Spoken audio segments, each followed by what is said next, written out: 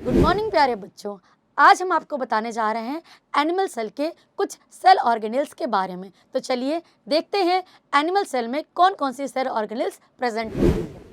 जैसा कि आप लोग देख रहे हैं कि एनिमल सेल में सेल वॉल नहीं होता है। सेल वॉल की जगह पे यहाँ पे प्रेजेंट होता है बच्चों सेल मेम्ब्रेन, जो इसको प्रोटेक्शन प्रोवाइड करता है। सेल मेम्ब्रेन के बाद बच्चों इसके अंदर में साइटोप्लाज्म होता है, जो इसका लिक्विड पोर्शन है। यहाँ आप लोग देख सकते हैं कि ये साइटोप्लाज्म है। साइटोप्लाज्म के अंदर ही बच्चों बाकी सेल ऑर्गेनेल्स प्रेजेंट होते हैं। तो चलिए देखते हैं कि वो सेल ऑर्गेनेल्स कौन कौन से हैं जो सेल के अंदर में प्रेजेंट होते हैं। तो चलिए हम आपको दिखाते हैं कि एक एनिमल सेल के अंदर में कौन कौन से सेल ऑर्गेनेल्स प्रेजेंट होते हैं। तो यहाँ आप लोग जैसे देख सकते हैं ये माइटोकॉन्ड्रिया है। ठीक है, माइटोकॉन्ड्रिया का मेन काम होता है बच्चों एटीपी की सिंथेसिस करना, इसलिए माइटोकॉन्ड्रिया को power house of the cell कहा जाता है। Vacuoles mainly plant animal cell का जो वैक्यूल्स होता है बच्चों वो स्मॉल साइज का होता है और प्लांट सेल का वैक्यूल लार्ज साइज का होता है। गोल्जी एपरेटस, ये जो स्ट्रक्चर बच्चों आप लोग देख रहे हैं ये गोल्जी एपरेटस है। गोल्जी एपरेटस का काम बच्चों मेनली होता है स्टोरेज करना, मॉडिफिकेशन करना और सिक्रिएशन करना। जो लाइसोसोम है यहाँ पे दिख रहा होगा आप लोग को कहीं, हाँ ये लाइसोसोम को बनाने का काम भी गोल्जी एपरेटस करता है। इंडोप्लाज्मिक रेटिकुलम, जो आप ये स्ट्रक्चर देख रहे हैं इंडोप्लाज्मिक रेटिकुलम का दो तरह का है। जैसे ऊपर में दिया हुआ है स्मूथ इंडोप्लाज्मिक रेटिकुलम। जो स्मूथ इंडोप्लाज्मिक रेटिकुलम है बच्चों इसके ऊपर में क्योंकि राइबोसोम्स प्रेजेंट नहीं होते हैं इसलिए इसको कहा जाता है स्मूथ इंडोप्लाज्मिक रेटिकुलम। और जो दूसरा वाला है जिसको हम कह रहे हैं रफ इंडोप्लाज्मिक रेटिकुलम बच्चों, इसके ऊपर में राइबोसोम्स प्रेजेंट होते हैं और ये क्या करता है, प्रोटीन की सिंथेसिस करता है। प्रोटीन की सिंथेसिस करने का ये काम कर रहा है बच्चों, प्रोटीन की सिंथेसिस कर रहा है। ठीक है, इसके बाद में बच्चों नीचे में आप लोग देख सकते हैं कि राइबोसोम प्रेजेंट है। राइबोसोम में मेनली क्या होता है, प्रोटीन की सिंथेसिस होती है। उसके बाद में यहाँ पे न्यूक्लियस है। न्यूक्लियस के अंदर ही बच्चों मेन जेनेटिक मटेरियल प्रेजेंट रहता है, जैसे कि डीएनए है, आरएनए है। लेकिन हम एनिमल सेल की बात कर रहे हैं तो एनिमल सेल में डीएनए जेनेटिक मटेरियल प्रेजेंट होता है, जो इसी में डीएनए का रेप्लिकेशन होता है, ट्रांसक्रिप्शन होता है और बाहर साइटोसोल में आके ट्रांसलेशन का काम होता है, जिससे प्रोटीन की सिंथेसिस होती है। तो ये थे बच्चों, और यहाँ पे सेंट्रोसोम्स भी प्रेजेंट हैं। तो ये कुछ सेल ऑर्गेनेल्स थे बच्चों जो एक एनिमल सेल में प्रेजेंट होते हैं। देखिए बच्चों, ये जो एनिमल सेल है इस एनिमल सेल के सेंटर में, सबसे सेंटर में प्रेजेंट है न्यूक्लियस। जैसा कि प्लांट सेल में देखा होगा आपने, प्लांट सेल में जो न्यूक्लियस होता है पेरिफेरल साइड पे होता है, यानी किनारे पे होता है। लेकिन एनिमल सेल के केस में ये सेंट्रल होता है और इसी में सारी जेनेटिक मटेरियल प्रेजेंट होती है। जैसे कि अगर हम जानना चाहें कि इस न्यूक्लियस में कौन सी जेनेटिक मटेरियल प्रेजेंट है तो हम बताएंगे कि बच्चों यहाँ पे जेनेटिक मटेरियल के रूप में हम लोग ले लेते हैं डीएनए को। इसी न्यूक्लियस के अंदर बच्चों DNA as a genetic material present होता है। डीएनए इसी में रेप्लिकेशन करता है। रेप्लिकेशन का मतलब होता है बच्चों कि डीएनए अपनी खुद की एक कॉपी बनाता है। डीएनए खुद की एक अपनी कॉपी बनाता है। जब डीएनए अपनी कॉपी बना लेगा बच्चों, उसके बाद में ये ट्रांसक्रिप्शन का काम करता है।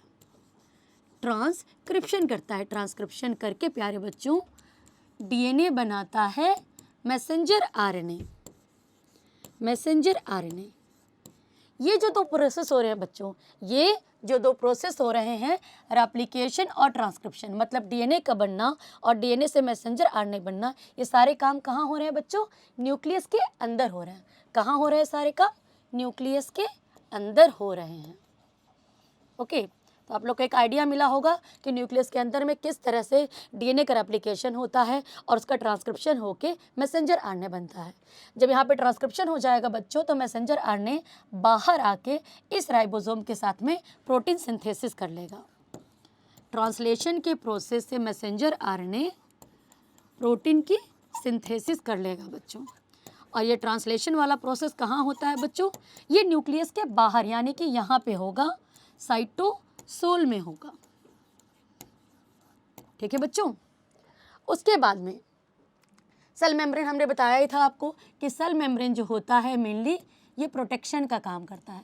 सेल मेम्ब्रेन क्या करता है बच्चों, ये प्लांट सेल को एनिमल सेल को ये प्रोटेक्शन प्रोवाइड करता है। ये जो सेल मेम्ब्रेन है ये एनिमल सेल को प्रोटेक्शन प्रोवाइड करने का काम करता है। जो स्मूथ इंडोप्लाज्मिक रेटिकुलम है इसको स्मूथ क्यों कहा जा रहा है बच्चों? इसको स्मूथ इसलिए कहा जा रहा है क्योंकि इसके ऊपर में क्या नहीं है? क्योंकि इसके ऊपर में राइबोसोम प्रेजेंट नहीं है। तो ये क्या करेगा? जो स्मूथ इंडोप्लाज्मिक रेटिकुलम है बच्चों ये लिपिड की सिंथेसिस करेगा। लिपिड की सिंथेसिस करने का काम कौन करता है बच्चों? स्मूथ इंडोप्लाज्मिक रेटिकुलम करता है। और कुछ भी ये काम करता है, जैसे ये डिटॉक्सिफिकेशन का काम करता है। अगर कोई टॉक्सिक सब्सटेंस बॉडी में प्रेजेंट है बच्चों तो उसको डिटॉक्सिफाई करने का काम भी कौन कर रहा है?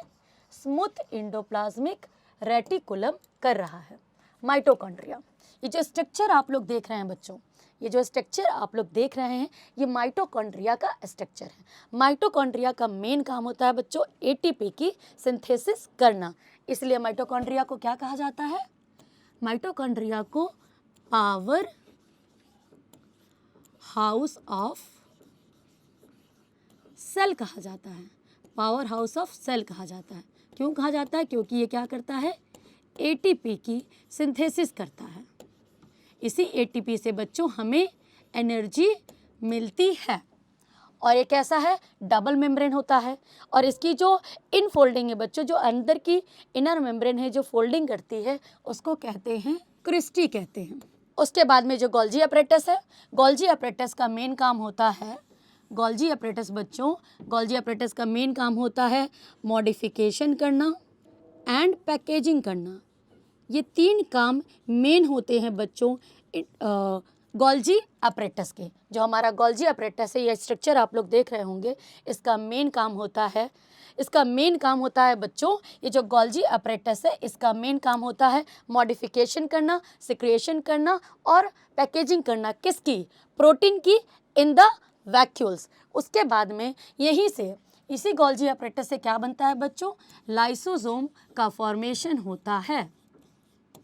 लाइसोसोम का फॉर्मेशन होता है। ये जो लाइसोसोम है ये मेनली कहाँ से फॉर्म होती है? ये फॉर्म होती है बच्चों गोल्जी अपरेटस से। अब लाइसोसोम का काम क्या है? लाइसोसोम के पास में बच्चों प्रेजेंट होती है हाइड्रोलिटिक एंजाइम्स। यही हाइड्रोलिटिक एंजाइम बच्चों प्रोटीन का, कार्बोहाइड्रेट का और लिपिड्स का डाइजेशन करने का काम करती है। उसके बाद में देखिए बच्चों यहाँ पे राइबोसोम प्रेजेंट है। राइबोसोम का मेन काम मैं आपको पहले ही बता चुकी हूँ कि राइबोसोम का मेन काम होता है प्रोटीन की सिंथेसिस करना। और यहाँ पे प्रेजेंट है बच्चों सेंट्रोसोम। सेंट्रोसोम, ये जो सेंट्रोसोम है मेनली इन्वॉल्व होता है सेल डिवीज़न में। एनिमल सेल में सेल डिवीज़न का काम बच्चों सेंट्रोसोम करता है। सेल डिवीज़न का काम कौन करता है बच्चों? सेंट्रोसोम करता है। अब आ जाते हैं, ये सारे ऑर्गेनल्स थे जो एक एनिमल सेल में प्रेजेंट होते हैं। यहाँ पे जो न्यूक्लियस है, सेंटर पे जो आप न्यूक्लियस देख रहे हैं इसके अंदर कुछ और चीज़ें भी प्रेजेंट है, जैसे है न्यूक्लियोलस। न्यूक्लियोलस में बच्चों क्या होता है?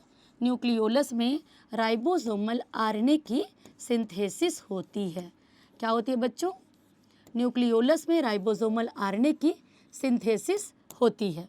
और ये जो न्यूक्लियर मेम्ब्रेन प्रेजेंट है, ये जो न्यूक्लियर मेम्ब्रेन आप लोग देख रहे हैं बच्चा लाल सर्कल से जो बना हुआ है, इसका मेन काम होता है न्यूक्लियस के अंदर जो मटेरियल प्रेजेंट है उसको, साइटोप्लाज्मा के अंदर में जो मटेरियल प्रेजेंट है उसको सेपरेट करने का काम कौन कर रहा है?